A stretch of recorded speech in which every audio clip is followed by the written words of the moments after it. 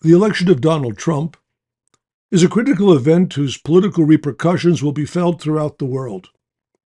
This fascist demagogue has won the 2024 election with both an electoral and popular vote majority. He will be reinstalled in the White House in 73 days. Countless millions in the United States and throughout the world are stunned by the outcome of the election, which was made possible by the policies of the Democratic Party.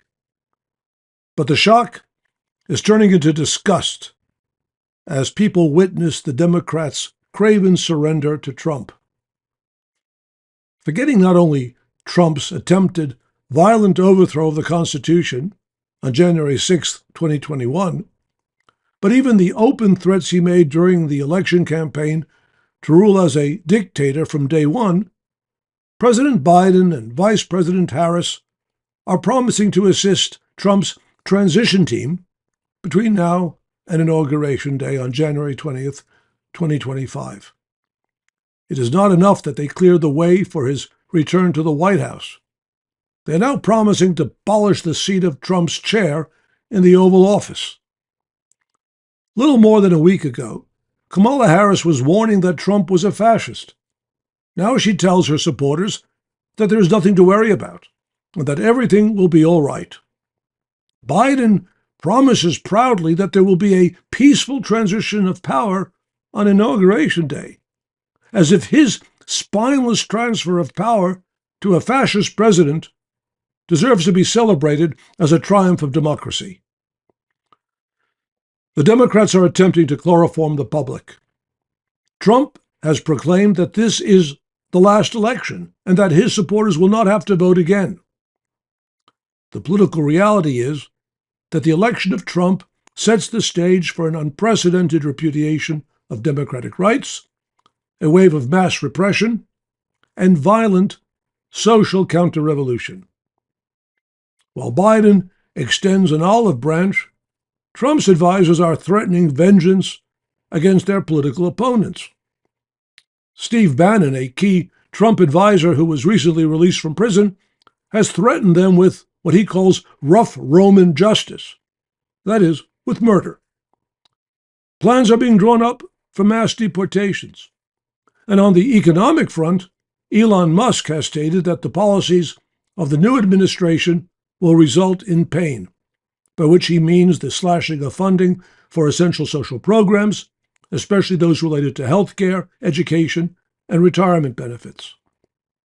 The corporations will be given a free hand to implement massive layoffs. Moreover, despite his claims to oppose war, the Trump administration will pursue a foreign policy no less aggressively militaristic than Biden's.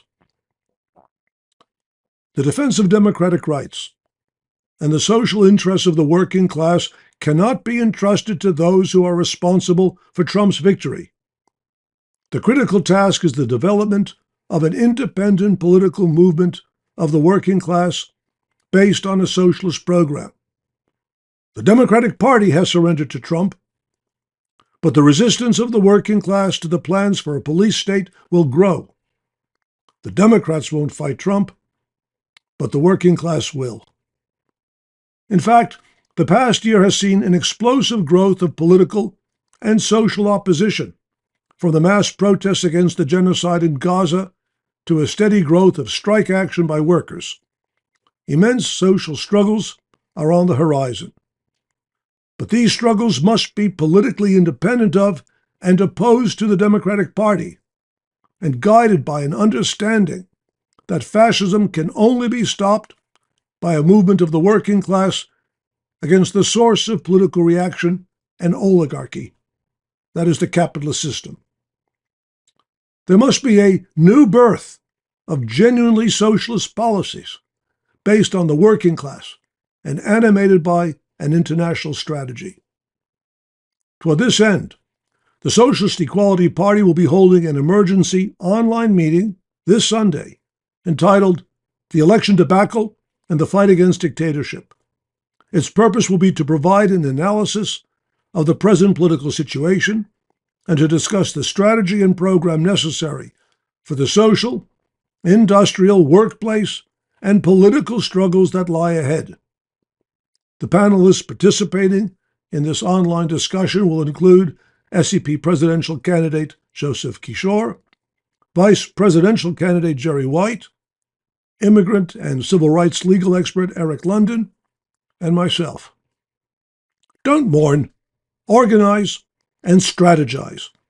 Attend the online event this Sunday afternoon at 3 p.m. Eastern Standard Time.